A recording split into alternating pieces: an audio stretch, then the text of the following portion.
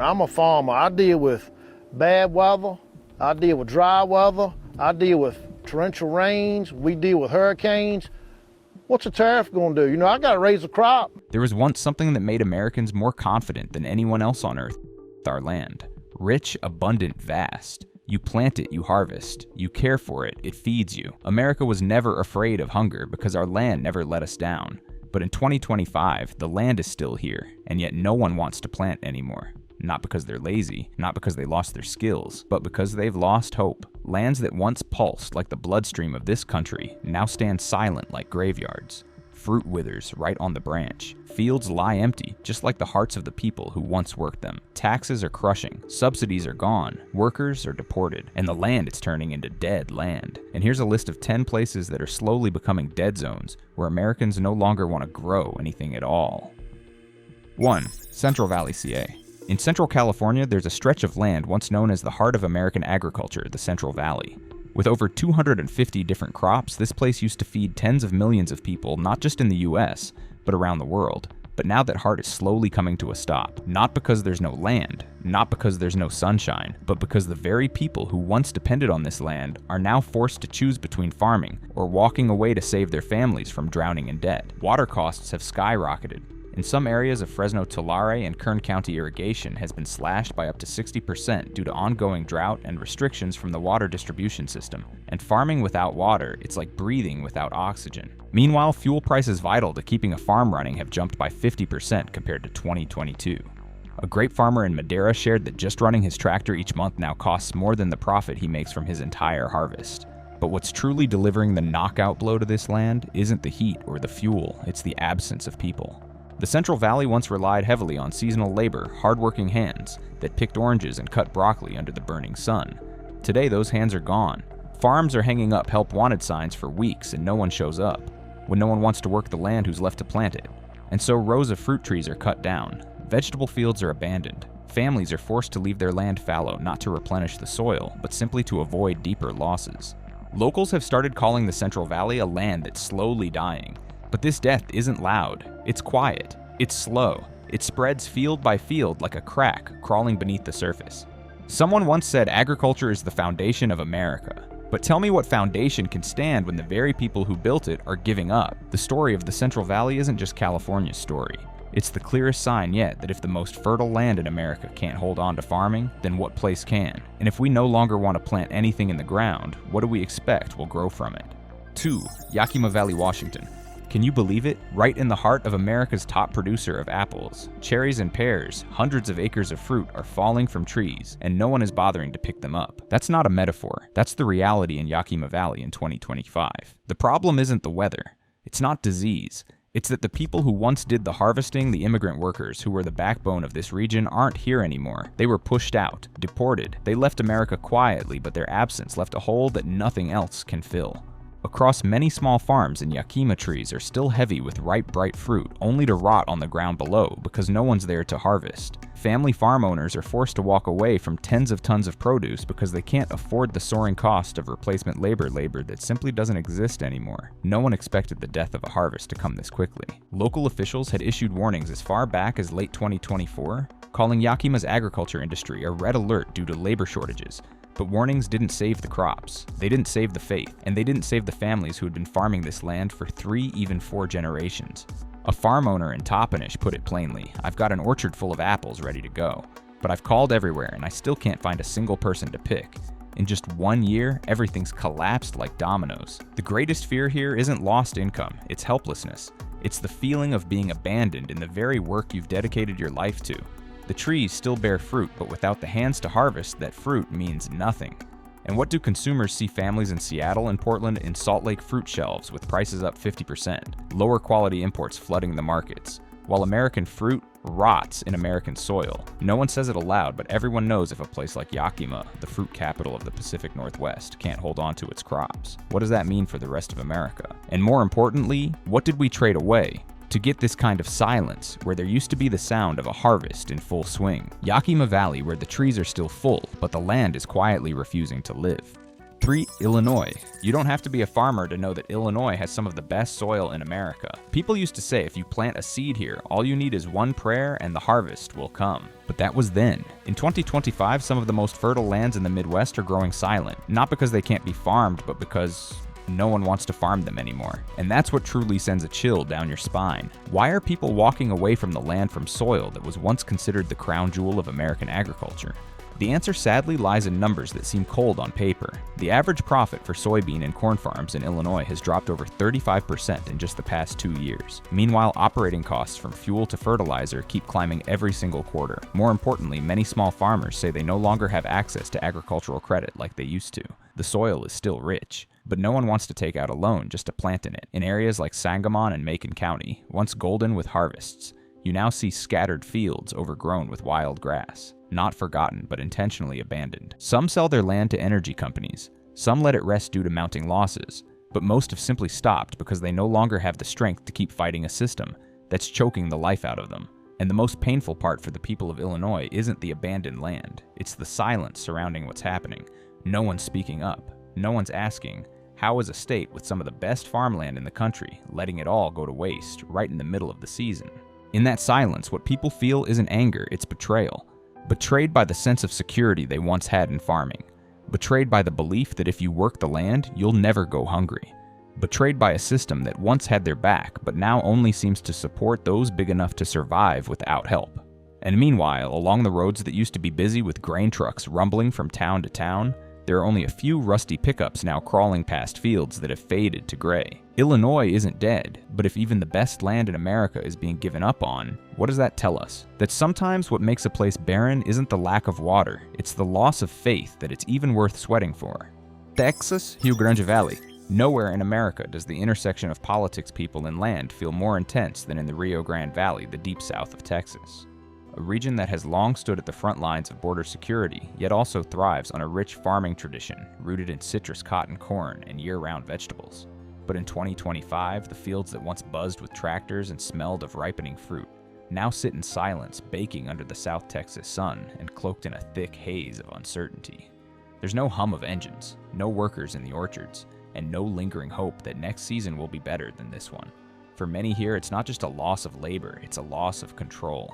Day by day, they watch the land crack open, not just from drought, but from the lack of hands to water, to tend to harvest. Migrant labor was once the lifeblood of agriculture in the valley, but between mid-2024 and early 2025, an aggressive crackdown on immigration reshaped the region overnight. Farming towns like McAllen Mission and Harlingen turned quiet. The trucks that used to roll in at dawn carrying field crews disappeared. The labor camps once glowing with life at night went dark. Everything stopped cleanly, abruptly, and without warning. A citrus farmer in Hidalgo admitted last year I managed to harvest about 70% of my crop. This year maybe 30%. So much fruit just drops. Costs are up, and I keep asking myself, what are we even holding on to anymore? Farming in the Rio Grande Valley has never been easy. Harsh weather, high-maintenance soil, and a constant battle over water rights are just part of life here. But at least in the past, people felt they had a say, a sense of ownership over their work and way of life. Not anymore. They can't control the labor. They can't control the costs. They can't control the future. What's spreading now is a quiet kind of helplessness, like the rows of crops left to wither mid-season, brittle and bare. A muted frustration, not loud or explosive, but corrosive, eating away at every decision, every ounce of belief that continuing this path still makes sense. The valley, once the hottest region for fresh produce, is growing cold not for lack of sunlight, but because the human warmth is gone. And if farming can't survive at the border where America begins, what hope is left for the rest of the map? 5. Kansas. It's no coincidence that Americans once called Kansas the heart of wheat country. Endless golden fields stretching to the horizon, painting the plains in amber every harvest season.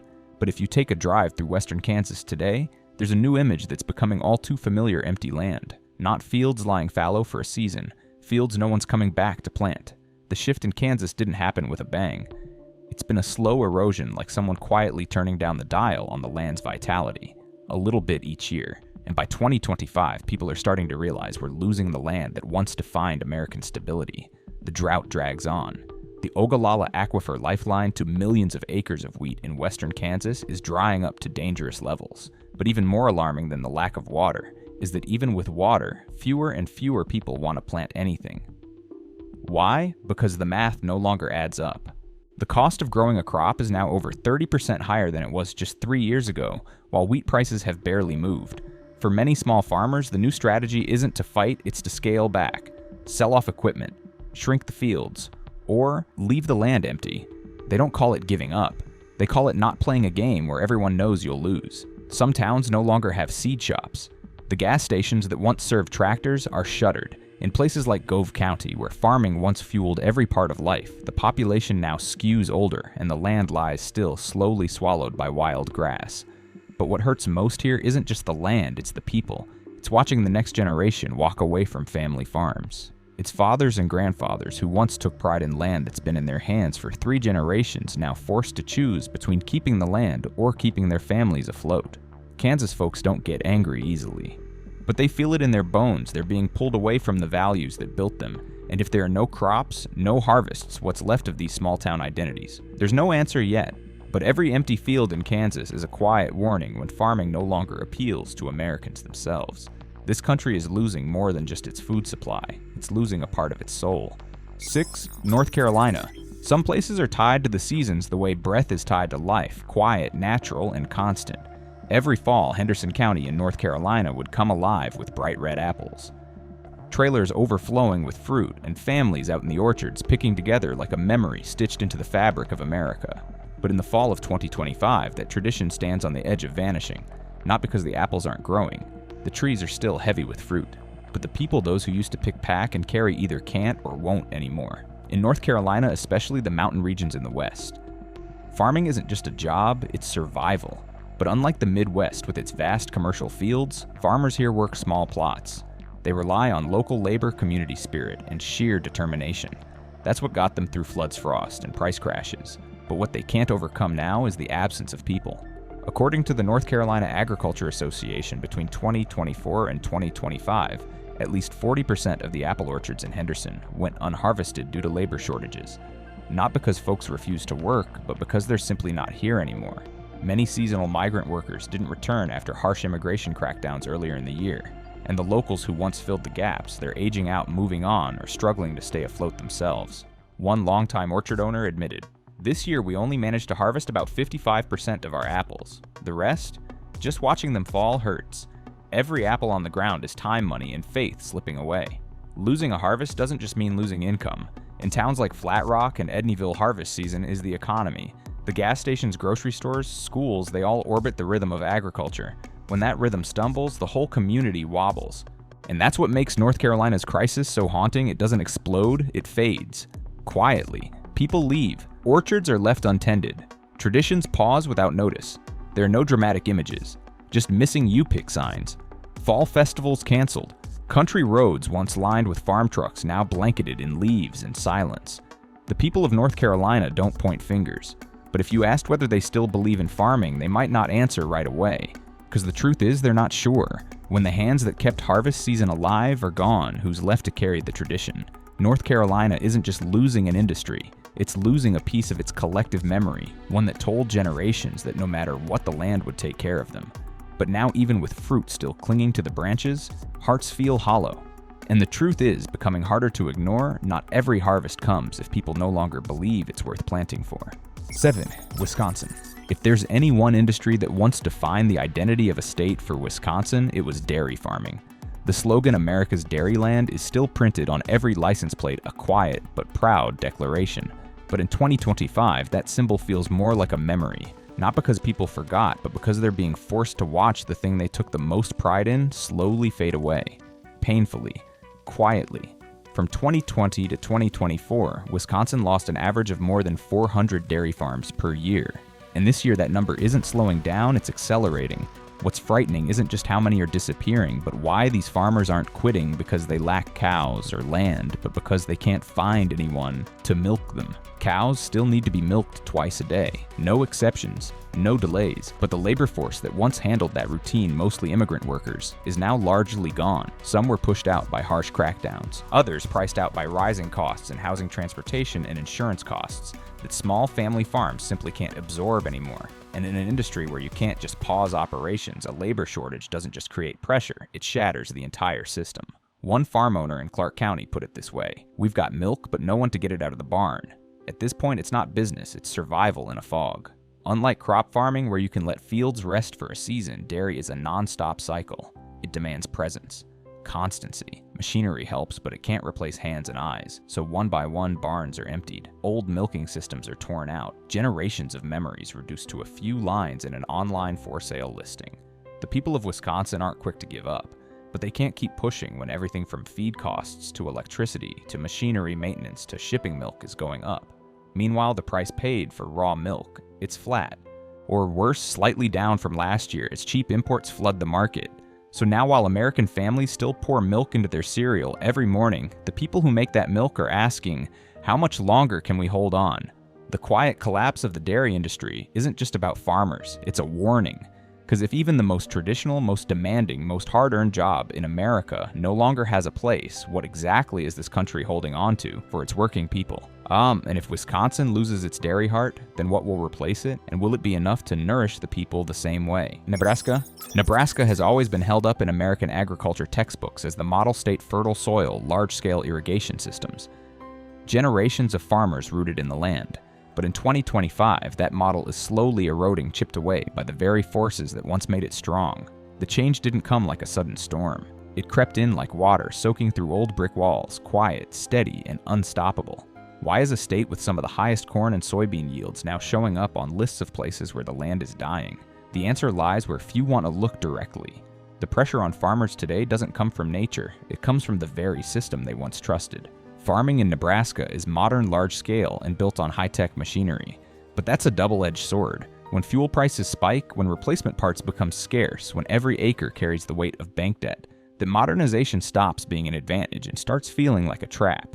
Over the past year, hundreds of farmers in counties like York Hall and Buffalo have chosen not to reinvest in the next season.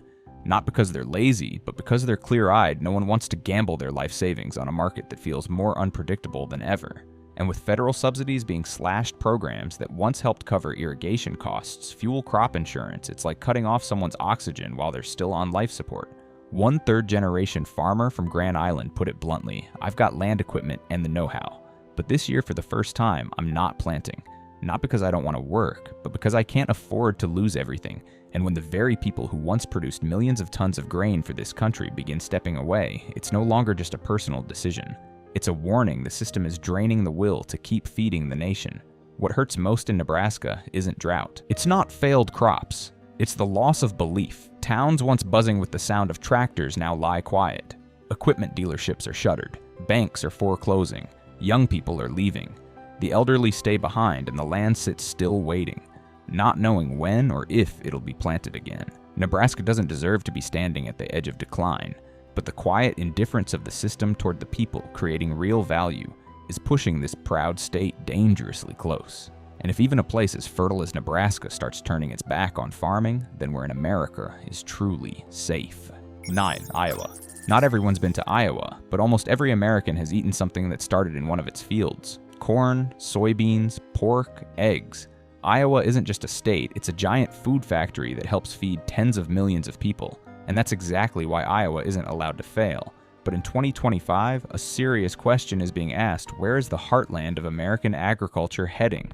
The scary part about Iowa isn't the sight of empty fields, because the fields are still green, the harvest's still coming. But look closer, more and more, farmers are planting in fear. Fear of prices, fear of markets, fear of not making it through another loan cycle. The instability doesn't come from bad weather or poor soil. It comes from the system itself, one that offers little support, little predictability. The corn and soybean growers, long considered the backbone of Iowa's economy, are being squeezed between rising input costs and volatile selling prices. In large-scale farming, just a few cents loss per unit can turn a break-even season into a crushing loss. And that's happening now on a scale we've never seen before. In 2025, the number of farm bankruptcy filings in Iowa rose by more than 20% compared to 2023, according to the state's Rural Development Office. And most of those filings, they're not from new ventures. They're from family farms, 3-4 generations deep. These farmers aren't short on land or equipment. They're short on the one thing that keeps people going, a future they can count on. A farmer in Story County put it plainly, I can handle the weather, I can work 15-hour days. But I can't keep living like every year is a financial coin toss. Iowa isn't loud like California or gritty like Texas.